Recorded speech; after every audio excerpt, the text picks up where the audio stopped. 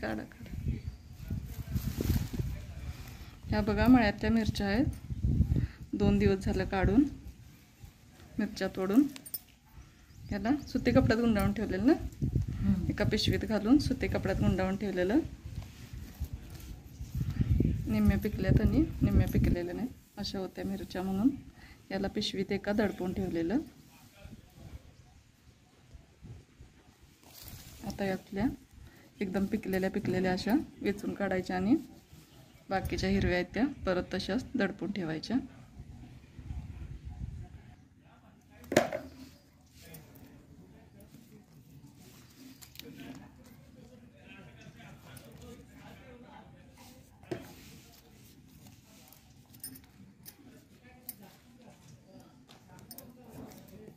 हे बघा मळ्यातनं कवटं आणलेत पप्पानी. मळ्यातले आहेत आमचे. पित्तासाठी कवटं खायचे असतात. हे फोडायचं, पिकलेलं असतं हे. यामध्ये गूळ घालून याचा ठेचा बनवायचा. गोळचाट असं छान लागतंय.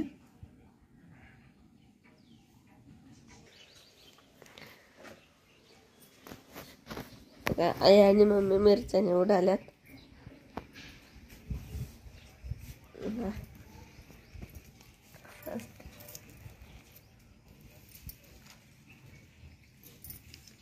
देठ पण लई येते.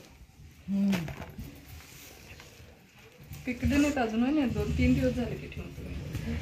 होय तास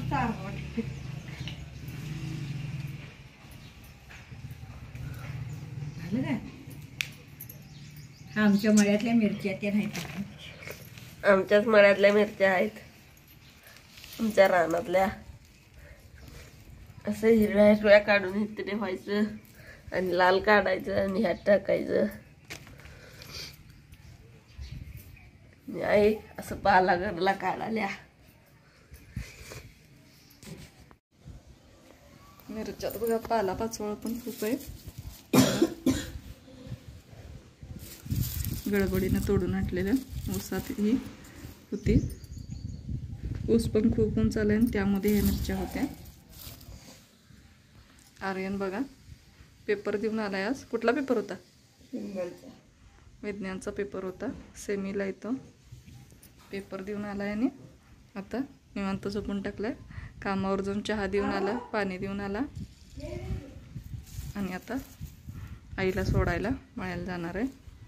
नाही म्हणालाय. नाही म्हणतोय आणि नंतर जातोय.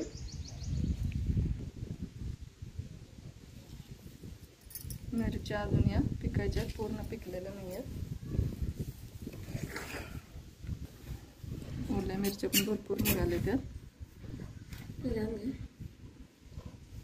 आर्यन बघा काय करतोय आता. काय करणार आहेस? कशाला व्हिडिओ करायला. आर्यन म्हणतोय आता व्हिडिओ करणार आहे. फोन दे.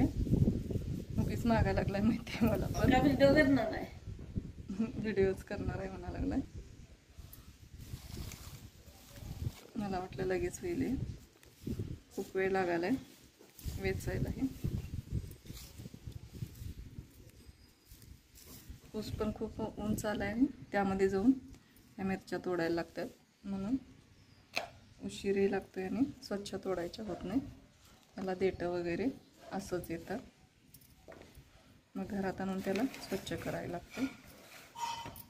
आता या वेचून काढायच्या आणि यांना वाळत घालायच्या.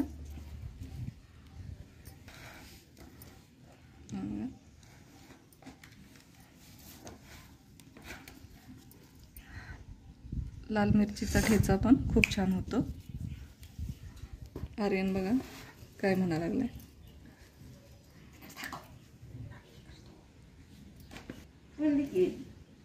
कशाला पाहिजे सांग? व्हिडिओ करा.